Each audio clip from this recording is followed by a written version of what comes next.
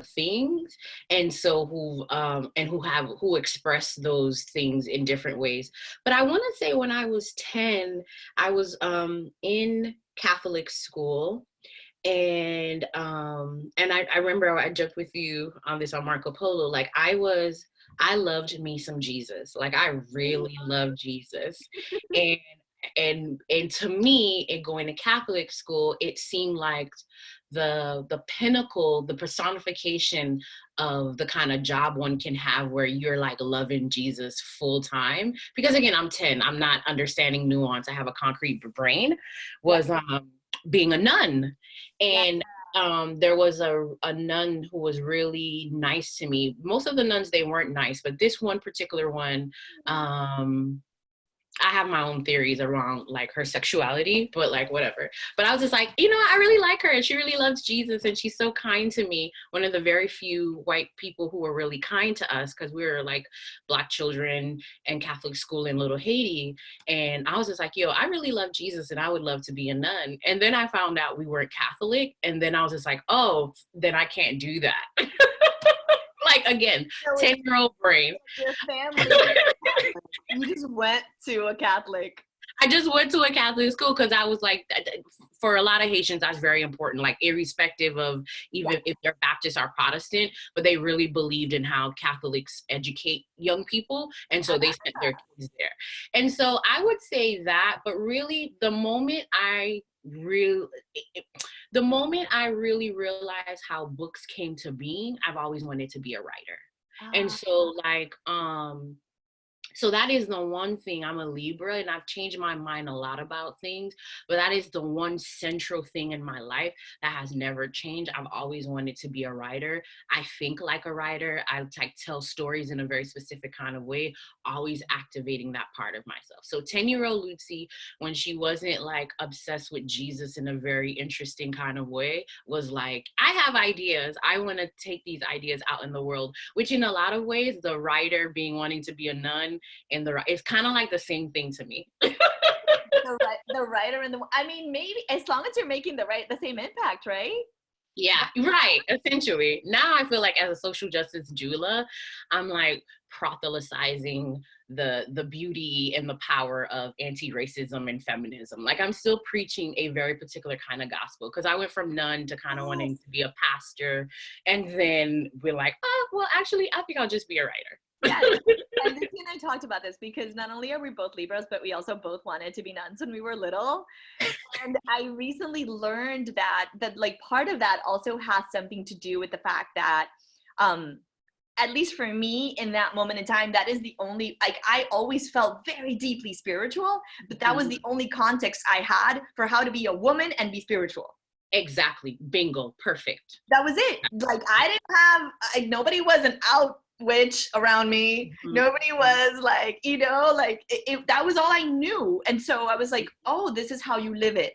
Yeah, beautifully said. I've always been a spiritual person, and that was, to me, it was like, that was the only feminine representation. Obviously, as I've grown older, things got different, but as a 10-year-old little kid, that was the only time I saw, oh, this feminine person doing very spiritual, serious spiritual things. That was always very attractive and always spoke to a very deep part of me. Yes. Beautiful. We got a bunch of people watching. We got Ilona saying, yes, multi-potentialites unite. Yes. Because we need help. And Bobby says they're speaking her love language. I love it. So Kamala and Roxy is here too. Hey! Oh my God, my boo Kamala too. Oh my God, this is like a sisterhood fest. I love it. All right. So I would like to kick this off with a quote from one of your faves. And the quote goes like this: "It is not our differences that divide us. It is our inability to recognize, accept, and celebrate those differences." Oh, dear Lord. Come on. And so kicking this off this way, I think that let's start having a conversation about diversity, right? And inclusion, and what the difference is between those two things, because I feel like people still are a little confused or feel like they're one and the same. Could you enlighten us with this, please? So if you live in South Florida, it's impossible to, so if you live in South Florida, diversity is going to happen, period. Dominicans are going to be there. Venezuelans are going to be there. Haitians going to be there. Jamaicans going to be there. Bahamians going to be there. People from Grenada, St. Lucia, first generation people are going to be there. People who are visibly Black, people who are racially ambiguous, people who are brown in a very specific kind of way. And we might have Seminole Miccosukee people in our midst. So diversity will happen because Miami, South Florida is a place where more than 50% of the people who live there are foreign born.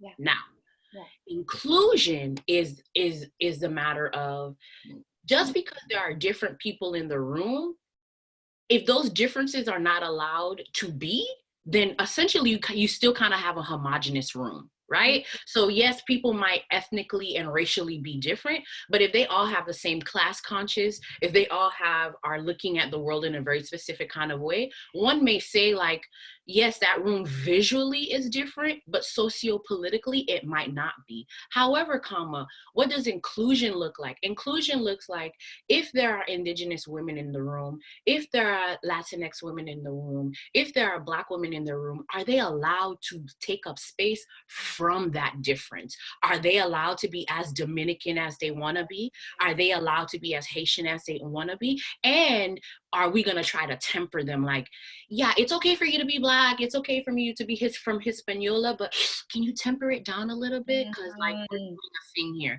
So inclusion is really like, not only are you invited to the table, you got to help set the menu. You got to help pick out the cutlery and the tables and things of that nature. And so inclusion meaning, how do we bring people into our fold and allow them their full space to be authentic and real within that? And they're not going to be white acting Black people, white acting Latinx people, like they can be who they are, whatever box they check. They could be visibly queer, they can be visibly effeminate, they could not shave their underarms, and we're still gonna be like, come on sis, you're still my sis, come sit with us. Yes, 1,000%. I want to take a moment of pause because that is such an important point that I think needs to be stressed, that like from the thing that makes you different, you feel free to show up. And yeah, go ahead. Yeah, so like I'm obsessed with, so I have two ancestral mentors that I'm really obsessed and I talk a lot about. Audre Lorde, which you just read, and Harriet Tubman. And what Audre Lorde teaches us is that instead of shying away from our differences, is actually our differences that actually is the most generative place for us to build solidarity. And number two, just because we are different does not mean we can be different without not reinforcing hierarchy. What does that mean? That means that, okay, you're Dominican, I'm Haitian American. The world tells me because you are a lighter skin, you're inherently more valuable. We know that to be true out there in the world. But when you and I come together and we come in sisterhood and we're working together, we don't have to operate and reinforce that hierarchy. We can choose between the two of us. Actually, it doesn't matter what the world says about our differences. Here, we are co-creating a thing and we are not going to operate under hierarchies. So that is how we recognize difference without not reinforcing hierarchies. And that is what when I keep going back to the teachings of Audre Lorde, that I find really important, because this time calls for radical solidarity. And the only way we can be in solidarity with each other is if we don't try to erase our differences, we don't minimize our differences, we don't shy away from our differences, we celebrate our differences, but we celebrate them in a way in which we don't reinforce them in negative ways in our interactions with each other. Yes. Yeah. So I'm so glad we're recording this, because what happens with me with this, like the words that she says, I'm like, I'm gonna go write that down. Wait, can you say it again?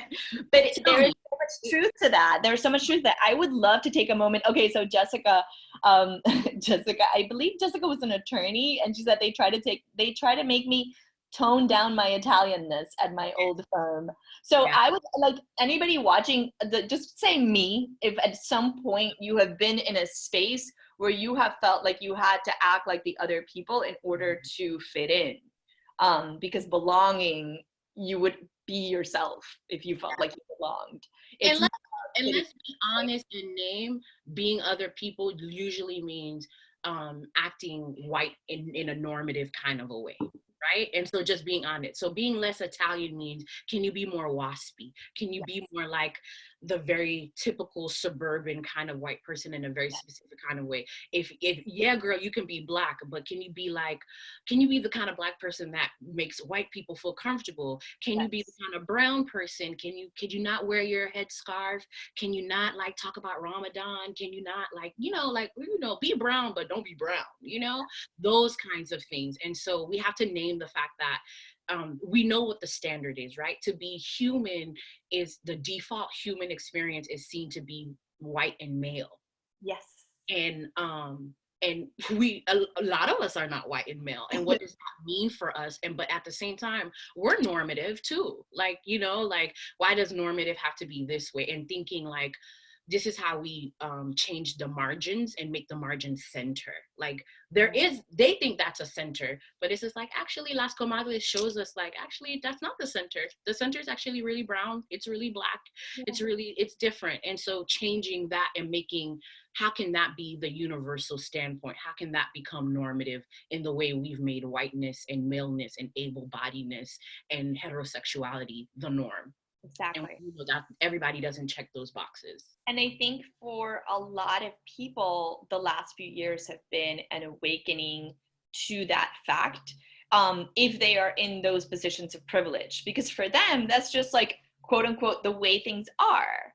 And so if they have never, for whatever reason, been in a situation where they have been able to put themselves in the shoes of someone else who might come from a different place, who might look differently, for them, it's like, so for so long we have understood the rules, like how to behave professionally, how to all of these rules, how to exist as a child in a school. All of these are things that have been determined from a white male lens. And they have been sustained for so long that we have been indoctrinated to believe that is how professional looks, that is how responsible looks, completely erasing our differences. So we have some reactions here. A lot of me's, people who have been forced to change to fit in a space. Alona says, I was once told I was standing up for a cause at work because I was a spicy Latina. Jessica was told, don't gesture, don't be passionate, don't dress interestingly, essentially like water down who you are. Yes. Whitewashing who we are. And again, and for those of us who are Caribbean, who are from, Latin America, and, we talk with our hands, we're very like whatever. And what does that look like when people are socialized to believe talking with your hands, doing this, and is aggressive? It's aggressive. Or it's because that's what happens, that corporate talk, like you're not a good fit. So that is that racial coded racist language of like, you are way too othered, you are way too different, and we actually don't know what to do with that difference. We're actually not interested in learning what to do with that difference. What we are interested in is either you assimilate or find a new place to earn your paycheck. And that's unsustainable in a country where we're hella diverse. And Miami is a case study for what the rest of the United States will look like. That's unsustainable. So how we understand what is professional, what is normative, what passion look like, what respectful interactions look like, all of that has to change, because people are different. People come from different cultures, and people express reverence, respect, disrespect in various different ways. And inclusion is about like organizations and people who know how to be with difference. Those are the organizations that their bottom line proves it. Yes. If you don't know how to be with difference, you're petrified of difference, whatever business you will in will not exist anymore. Because guess what?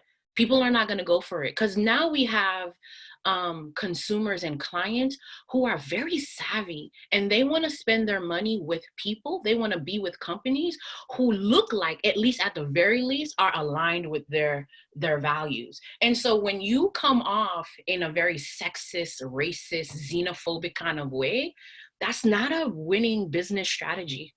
Yes. Yes. You're not going to win. I was giving a presentation on generational differences in a culture of community on Friday. And one of the things that came up that I saw in the research is that, so Generation Z, which is the generation that my son is the last generation in this country that will be majority white. That's it. So this is it. Like, I would implore people, I think that everyone in here is interested in this conversation, at the very least from a genuine curiosity standpoint, but it is going to become a business imperative to be interested in this conversation. Yeah. If you want to sustain yourself, if you want to be part of society, like, you're going to need to understand what it means to not only accept difference, but to celebrate it and welcome it. Yeah, because and I hate to like make this the capitalist point, but like that's what it is, right? We're all entrepreneurs in various ways. We all work where we work, and I I just can't say this plainly enough. You either gonna have to roll with it or get rolled on. Those are your options. I always say that there's no future in white supremacy. No, there is no future in white supremacy. Like let's really, and I don't mean that to be inflammatory or to be extra. It's a fact. But really think about it. Like, white supremacy is so addicted to its to oil that it won't consider doing things differently. And again, we know that we cannot continue drilling forever. We know that all sentient beings need clean water, need clean air. And white supremacy is literally being like, but like, maybe we don't.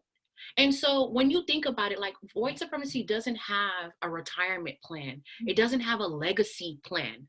All it knows is maximize, make as much capital as you can, destroy as many lives as you can. But at the end, what people are going to realize, what indigenous people tell us all the time, after you've cut down all the trees, after you've polluted all the water, then what? What will you breathe? You're gonna breathe your male privilege? You're gonna breathe your white privilege? Actually, no, boo. Like, you kind of need air. You gonna eat your white privilege? You can't eat it. And so literally, there is no future in white supremacy. However, there is future in anti-racism. Black feminism has a plan. Indigenous feminisms has a plan. Woman of color of feminism have a plan. Like, the margins has a plans for the future.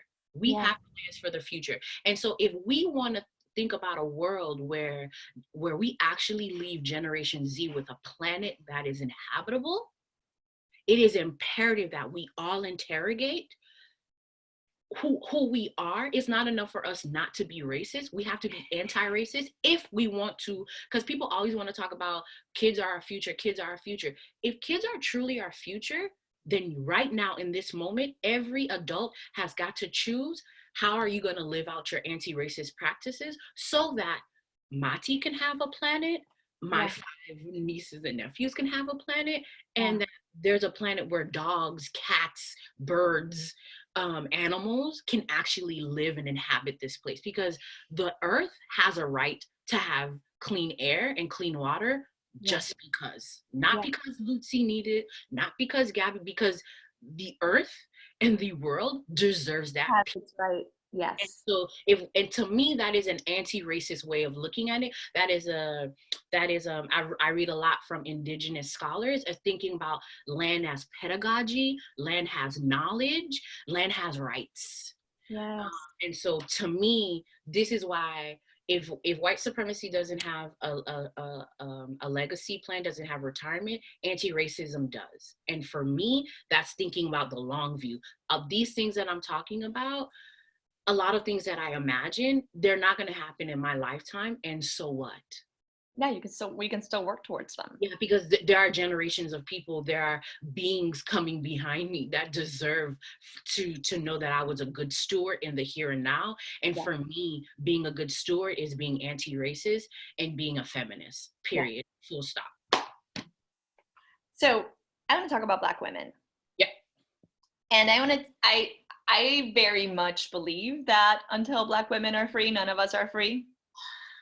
I mean, I won't argue. And so I think it's something I want to be really honest with everyone in the community about what that has meant for me in terms of the way that I want to not only live my life, but also build this community. And so a big reason why I'm working with Lutze is so that we can, from a very free, because my vision really for Comadres was always, it wasn't, you hear the word Las Comadres, this could have been a space for millennial Latinas and it would have been fine, right? Like that's what it would have been, and that would have remained that way. The vision was much, much larger than that. And the kind of healing and support and community that I always envisioned with Las Comadres was going to be inclusive of all self-identifying women. Like all of us are welcome here to come from our differences and shine in that way. And I realized that partly because of my background, partly because of the way I look and the way that I've shown up and the people that I've attracted, partly because of the name in Spanish, that we definitely needed extra help in sorting out how we have a community that is fully reflective for the moment of all of South Florida, right? Like there are proportionally a lot more Black women in South Florida than there are in the Las Comadres community to date. And I have a very strong intention of changing that and doing it in a way that is truly authentic and long lasting and just genuine and organic. And so that's really important to me. But I also know that part of my responsibility, just as a human being alive in this moment in time and this planet, but also as a business owner, is to educate myself on the realities of what Black women have gone through. And I just want to preface with this, like recently I was in, I found myself arguing with some people on Facebook about politics, which I do from time to time. But there was somebody that said, oh, like, this is like the best time to be alive. Like, there's so much opportunity. There's so much, like, everything is wonderful. And I was just like, well, there's different lenses from which you could see that, right? And if you and this isn't even racial, like if you look at what the cost of living is right now versus what it was 40 years ago, versus if you look at the amount of debt that people are right now versus what it was 40 years ago, or if you look at the fact that like people this day and age consider themselves lucky if they have 3 jobs, we're like, why should you have 3? Like, why should you slave? And having to me, consciousness has so much to do with putting ourselves in other people's shoes and caring about other people's shoes. And one of the things that I bring up here in the Las Comadres community very often is the fact that we cannot be true leaders until we are also caring about not only what is happening in our pockets and in our homes, but caring about what's happening 5 neighborhoods down. And that impacts us. And that if we cannot be leaders unless we care about our communities, our cities, our states, the larger picture. And so I feel like it's kind of like there's so much to get in here, but I do want to have a more honest conversation about where Black women fall in the context of everything that we've been talking about. Like Black women are the ones that are paid the least for equal work. Black women's voices are oppressed every single day. They have the highest mortality rate when they give birth. Like there's so many things where Black women are erased and silenced. And I think that we responsibly, those of us who are not Black women, but are self-identifying women, have a responsibility to really process and understand that and come from that place if we are talking about inclusion. That a conversation about inclusion that doesn't acknowledge all of that isn't complete. Mm-hmm. Mm-hmm. And so Where do we begin? Well, being that Las Comadres has so many like entrepreneurs, I always think about like as a Black woman, I'm kind of forced to be entrepreneurial because eventually wherever I work is going to be way too racist and way too toxic for me to stay there long term. And this is not an anomaly, right? This is No, the no. reality for many, many Black women. Yeah, for many, if you ask anyone who has like a side hustle or who has been fortunate enough to flip that side hustle into a like I'm doing it all the time, that person, that Black woman usually has a really violent, and this is how I was treated by my boss. This is how I was dismissed. I was told I was too much. I was told I was this. I was told I was that. And so because none of us are independently wealthy, and because the odds of us marrying up, like the ways in which you can like hustle your way out of things becomes more and more like precarious. You have to think about, okay, all right, I'm smart, I have these skills, how can I flip these skills and make them advantageous for myself? Like, I have to be honest, had I been treated really well at most of my nonprofit jobs, the social justice doula would never be birthed. Yeah. That was birthed out of complete and utter like abuse at jobs, and abuse because it's just like people have a problem. Not only people have a problem with Black women, but if you're a smart Black woman and let's say you, God forbid, you're perceived as being smarter than other people, or and so there's a way in which Black women, without not even doing much, we intimidate people, and instead of people doing their work to deal with their own intimidation, they actually project that onto us, and it creates an adversarial situation within a job context. So that's number one. And number two, I just think when we're talking about inclusion, it's you, what you'll usually see is like you'll see organizations where they'll have a brown person, they'll have a Black person, but that Black person is usually a Black man. So there's a way in which even with diversity and inclusion, people are more comfortable with Black men in a very specific kind of way, but they're not really excited about bringing Black women into the fold because Black women stand at this intersection that disrupts a lot of spaces, and a lot of people are annoyed by that. People just are annoyed by the fact that Black women come with a lot, for better or for worse, and spaces are like, if we have to choose, let's just go with the Black man, let's not go with the Black woman. So there's that. And there's a way in which when Black women do enter a space and we are trying to do that sisterhood with everyone else, people are so uncomfortable with difference. Want to go back to that again, people want to flatten out women's experiences and say, oh, but we're all women, oh, but we're all oppressed. And it's like, actually, sis, we are all not oppressed under patriarchy in the same way. And again, this is not a question of oppression Olympics. It's just a matter of different groups need different medicine under patriarchy, right? The way Indigenous women are experiencing patriarchy, the way undocumented women are experiencing patriarchy, the way middle-class women are experiencing patriarchy, irrespective of their race and class, is radically different from how low-income Black women, low-income trans women, trans Black women, trans Black brown women are, those kinds of things. And so this is what happens. Like there's this rush to be in solidarity that we flatten each other out. And so when a Black woman comes to the table and says, I want to be a part of this space, but as a Black woman, entrepreneur, I face specific kinds of issues. And when people don't know how to like be with that, because people are like, well, is she trying to steal our shine? Is she trying to say that we don't experience anything? So people start getting defensive, and all of a sudden there's a breakdown, and then all of a sudden what could have been beautiful cross-racial, cross-ethnic sisterhood, unfortunately, white supremacy and racism comes in and arrests that. And now we can't see each other because we're looking at each other from very defensive, hostile places. That is not productive, because what we all need to understand, and what COVID-19 coronavirus shows us, that we are more global than we think.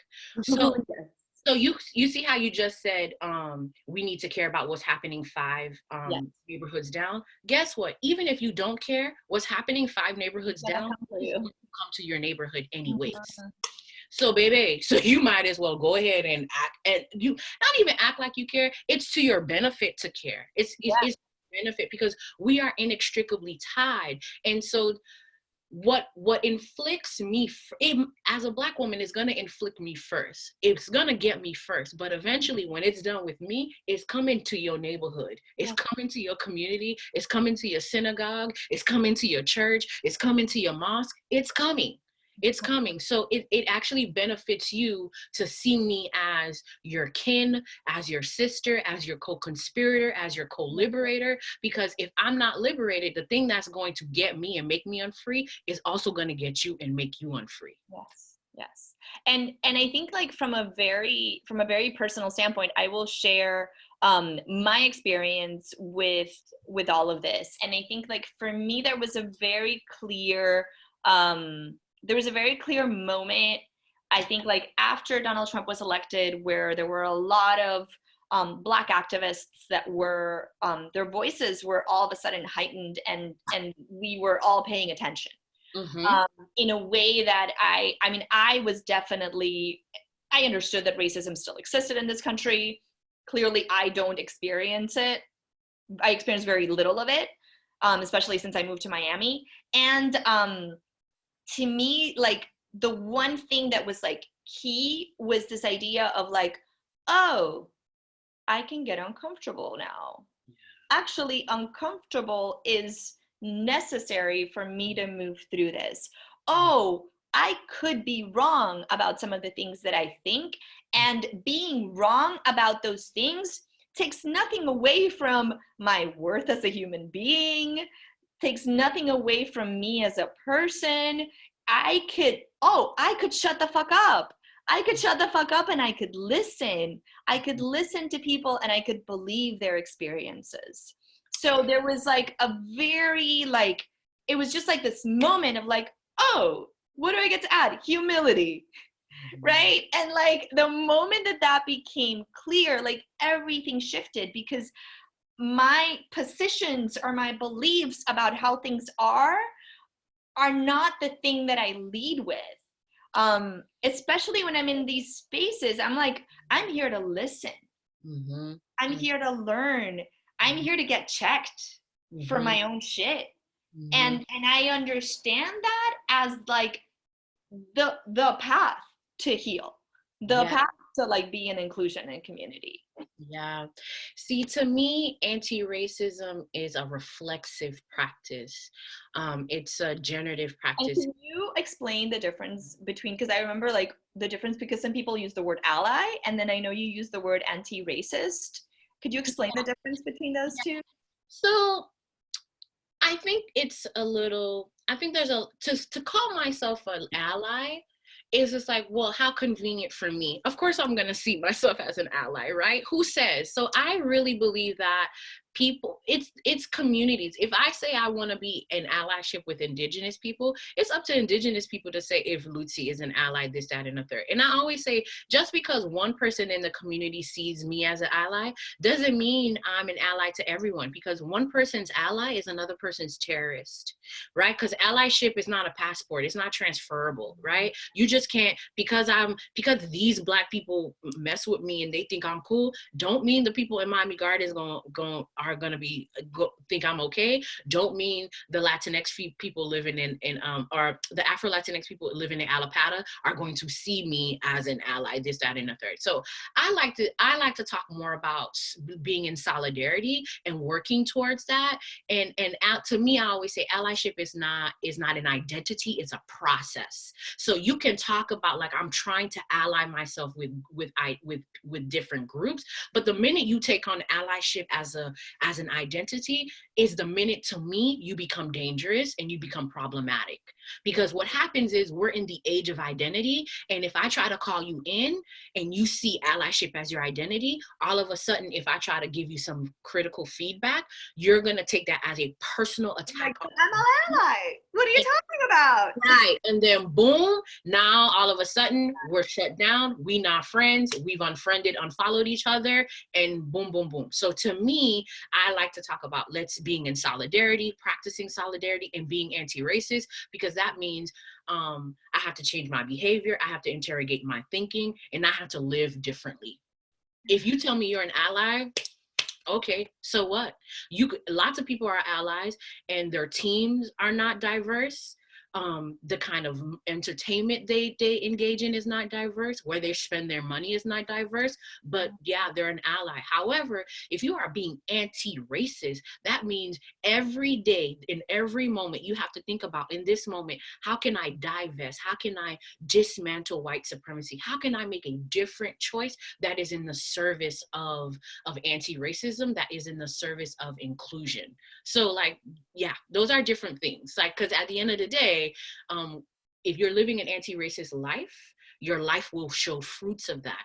If you're being an ally, those are just your words. Maybe you have you've curated a cool social media timeline and newsfeed, but does it translate in the voting booth? Does it translate in how you coach people? Does it translate in who you hire, who you don't hire? It usually doesn't.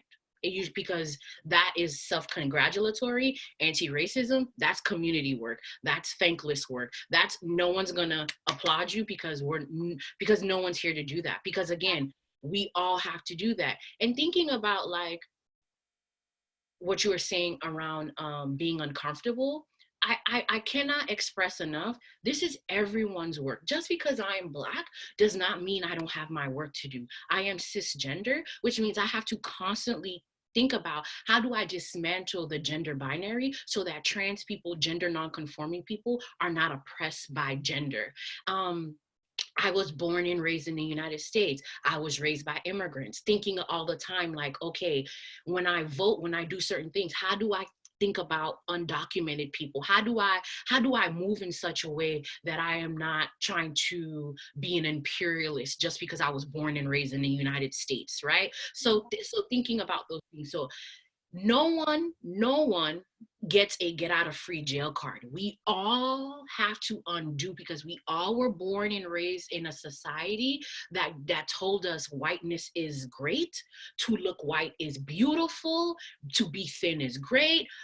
No, don't you dare be disabled, because that's the worst thing that could ever happen to you. Like, we all gathered these informations, and so we all have work to do around gender, around understanding race, around ethnicity. Because as a Black person who was born and raised in Miami-Dade County, I was raised with a lot of anti-Black American sentiment that I had to undo, because I was raised by immigrants, and for them it was a protective factor. African Americans didn't like Haitians, so Haitians were like, we don't like y'all either. And these are all the reasons why we don't like y'all. And as I grew, as I became more anti-racist, I was just like, actually, these unchecked biases, these unchecked prejudicial things I think about African Americans, is actually not okay. It's actually not good. It's actually not no different than what white people think of Black people. And so I had to undo, I had to remove the colonizer's voice in my head that said I was entitled to think about certain kinds of Black people of a certain race, of a certain ethnicity, of a certain class in a certain way, because I was of a different ethnicity and I was of a different class. So all of this to say, we are all at the table doing our work. We are all on our yoga mats, doing our stretches, doing our work. Whether you're Black, whether you're queer, whether you're trans, no one has a magical identity that inoculates them from doing the work. We all have to do the work. Now, some of us might be a little bit more predisposed to be a little bit more malleable, but we all have to work on ourselves. Yes. We have about 10 minutes left. So if y'all that are watching, if you have questions for Lutze that you want answered live, go ahead and type them up. And like, let's get in it. What I hear you saying very much is, it's like what Brene Brown calls being in the arena. Period. Right? Like, we get to be in the arena, because I imagine that there are people like 3 years ago, Gabby would have been sitting here being like, okay, Lutze, so like, give me the things, give me the magic 5-step formula, because like I was taught in hacks, right? So like, give me the magic 5 things that if I do those 5 things, I am now an anti-racist, right? Like, and I would imagine that if I thought that 3 years ago, that there might be women watching that are going to do the same thing, right? And I think that like the larger point is about like, jump in the arena and be willing to get uncomfortable, believe women, believe Black women, believe people when they tell you about their struggles. Like, don't be, I feel like for me, it was like, you don't need to be so married to the way that you believe things to be. Especially like when that is like, when you're like making assumptions about somebody else's lived experience, right? Like, why do you need to be so married to what you believe somebody else's lived experience to be? Like, what do they gain by like coming to you and lying to you? You get to believe them. Like, if they tell you they're in pain, believe them. They're not necessarily blaming you personally for all of that pain. So just fucking believe them. Like, start there. Right? Believing people. I think it's such a simple concept, but it goes a really long way. And yes, there are things like who are you giving money to? What are the businesses that you are supporting? Who are you hiring? It was funny because Lutze and I were talking about it. I just realized like I've been coached by 3 people this year. All of them are Black women. And it happened organically, but also in a way intentionally. So it's like, think about like what you're putting out in the world, and who are you surrounding yourself with? Like, what are your friendships? Who, like, your real friendships, not like, I know this one Black person that I say hi to when I go, like, that's not enough, right? Like, think about the relationships, like your life, how you're living your life, and how you are supporting a more inclusive world with everything that you do, and the way that you live, and sort of like what's in your heart too. Like, what are you coming to it with? Are you coming to it with like committed to your position and committed to like the way you know things are, and like trying to prove somebody else wrong? Or are you coming to it with humility and being willing to look at somebody else's perspective? Yeah, and I also, I want to always speak from a truthful place. This is not an easy life. Like, I do this for a living. I study this for a living, and I still struggle. Like, I am currently, I think one of my friendships with a white woman I have is probably never going to be mended or repaired. And so even though I coach people on this, I write about this, I talk about this, I teach about this, living an anti-racist life, showing up, doing things differently is not easy, because guess what? People's resistance comes up, because you could be walking hand in hand with people, you could be friends with people, and you come to realize like, oh wow, like they're so afraid, they've been so conditioned in a very specific kind of way that they'd rather hold on to white supremacy than let go, and to hold the hand of a Black woman and be like, let's go forward in an anti-racist way. Because guess what? That means you have to give up power. We like to use privilege a lot, but it's really power. What does it mean for white people to give up power? What does it mean for cis people to give up power? What does it mean for straight people to give up power? That means heterosexual love is not the pinnacle. That means marriage is not the pinnacle. If you were socialized your entire life to grow up, to become someone's wife, to become someone's mother, to hear that marriage or this kind of family system is not the pinnacle, that's gonna fuck with your identity. Why? Because we all put so much stock in these identities. And so what does it mean for people to be like, actually, I am willing to give up power in this way so that I can create space for other people to be empowered? Yeah. That's not an easy question to answer. And you know what? We all have to ask ourselves, what am I willing to give up if I truly believe in anti-racism? If Black lives truly matters, what has to be different? What do I have to do different? So many hearts right now.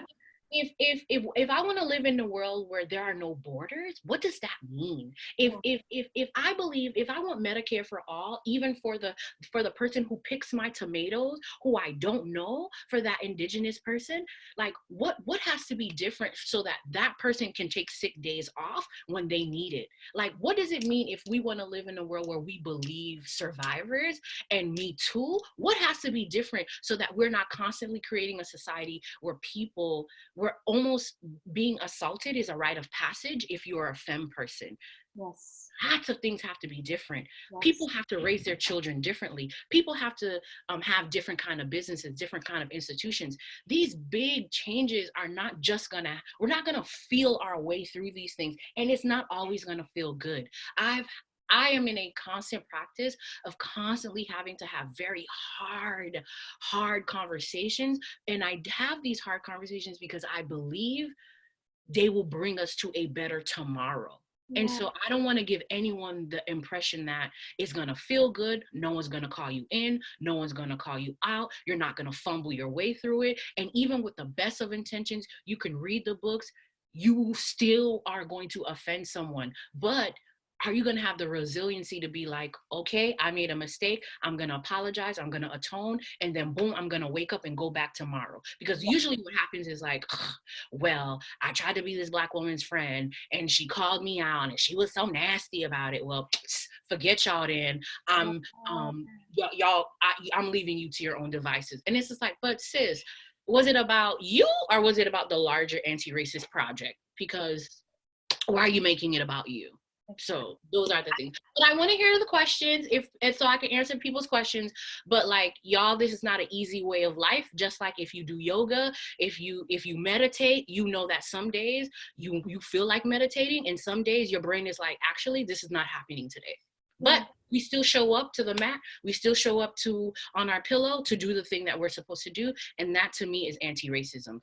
Even when it doesn't feel good, even when it doesn't look hopeful, you show up to do the thing. Yes. Yes. Beautiful. I've always thought that one of the things that I've learned a lot from has been the gay rights movement and how quickly it has moved. I've also known that the reason it has moved so quickly is because there are white men who are gay. And hello. Not only do they have money, they got double the money because they pair up. And so that movement was going to move very quickly, but there was something that you said earlier that like really like struck a chord with me.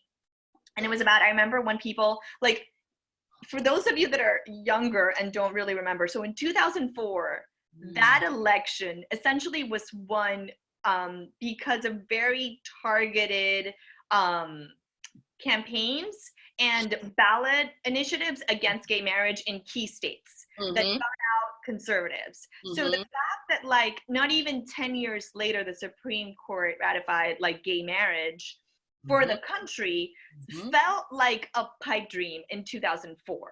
And I remember people thinking like, oh, if we let gay people get married, then like we're going to be like bestiality is next. Like people were saying all these like ridiculous things, right?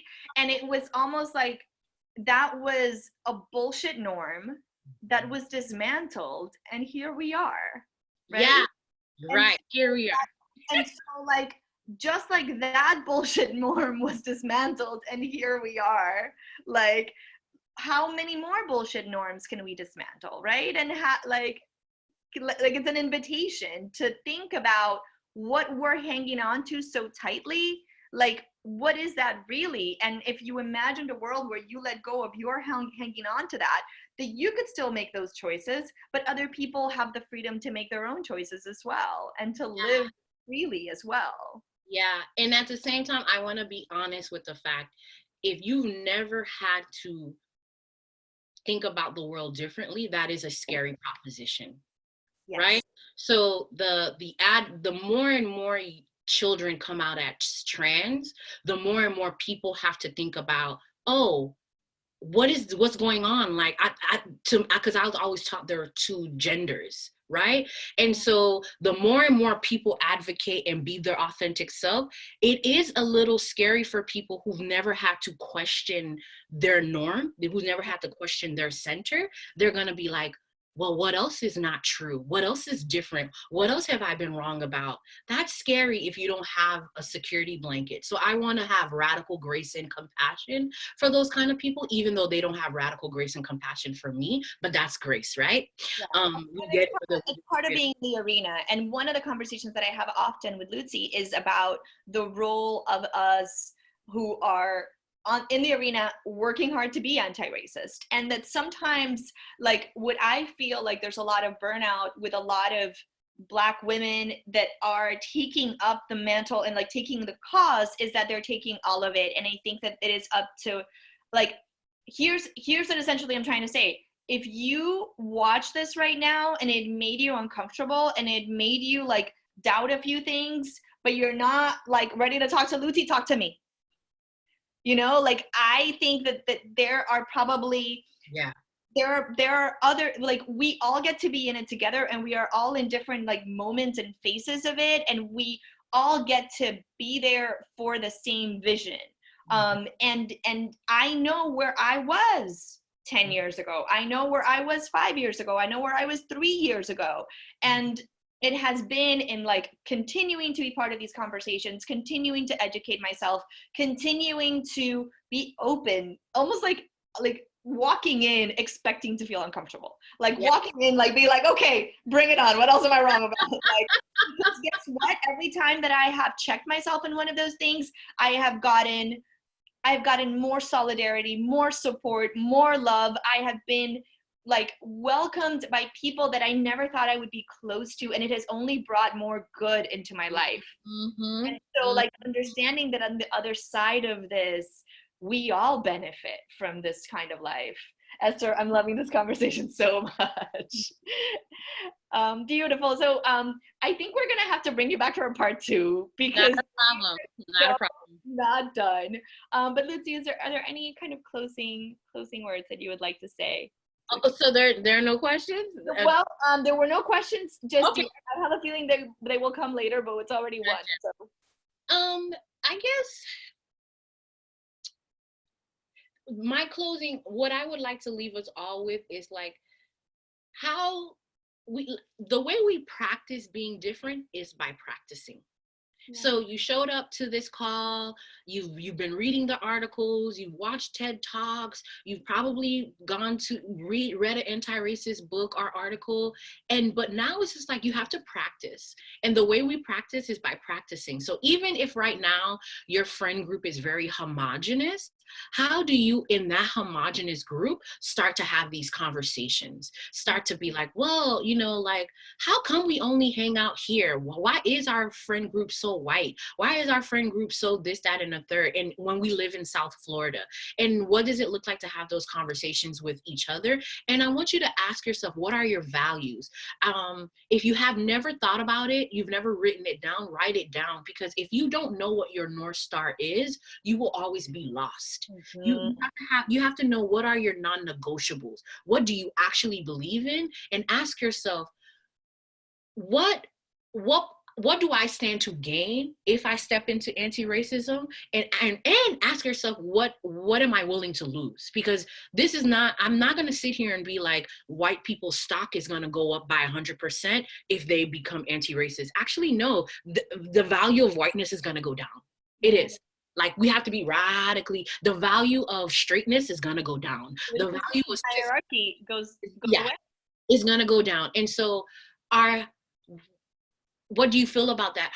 Are you okay with that? And so thinking about that. So because every day your life gives you an opportunity to do things differently. You just have to ask yourself, am I paying attention? So pay attention at your next staff meeting. Pay attention at the next time when you're at the PTA, because the PTA is the place where people believe in a lot of things until it comes to their kids, until there's a conversation around, let's bring these kids into the program. Let's do all of a sudden, anti-racism goes out to whatever, because I want my kid to win. And if I have to step on 50,000 other kids for my one kid to win, that's what I'm going to do. So I want us to have the hard conversation with yourself and say, self, what am I willing to be with? How uncomfortable what are my limits? What are my growing edges? And check in with yourself periodically. And if you are ready to have that conversation, then you need an anti-racist coach, you need a social justice doula, then you need to holler at me, period. Yes, yes, yes. I am her biggest fan. I will give you all the reviews. It's phenomenal work. It is soul work, and it is also just so enriching every part of my life to work with Lucy and also have her as a friend. So thank you so, so much, my dear.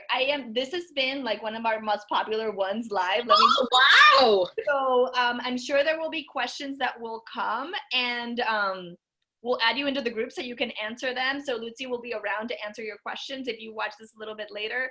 And I'm sure the part 2 is coming. I'll just keep you posted. Just pick a date and let me know. Oh my God, I'm so happy that the community showed up and they were hungry for this.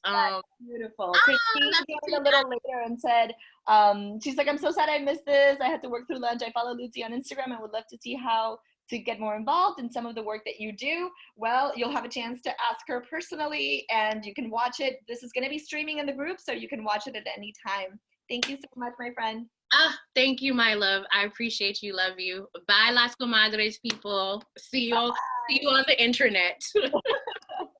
Bye. Bye-bye.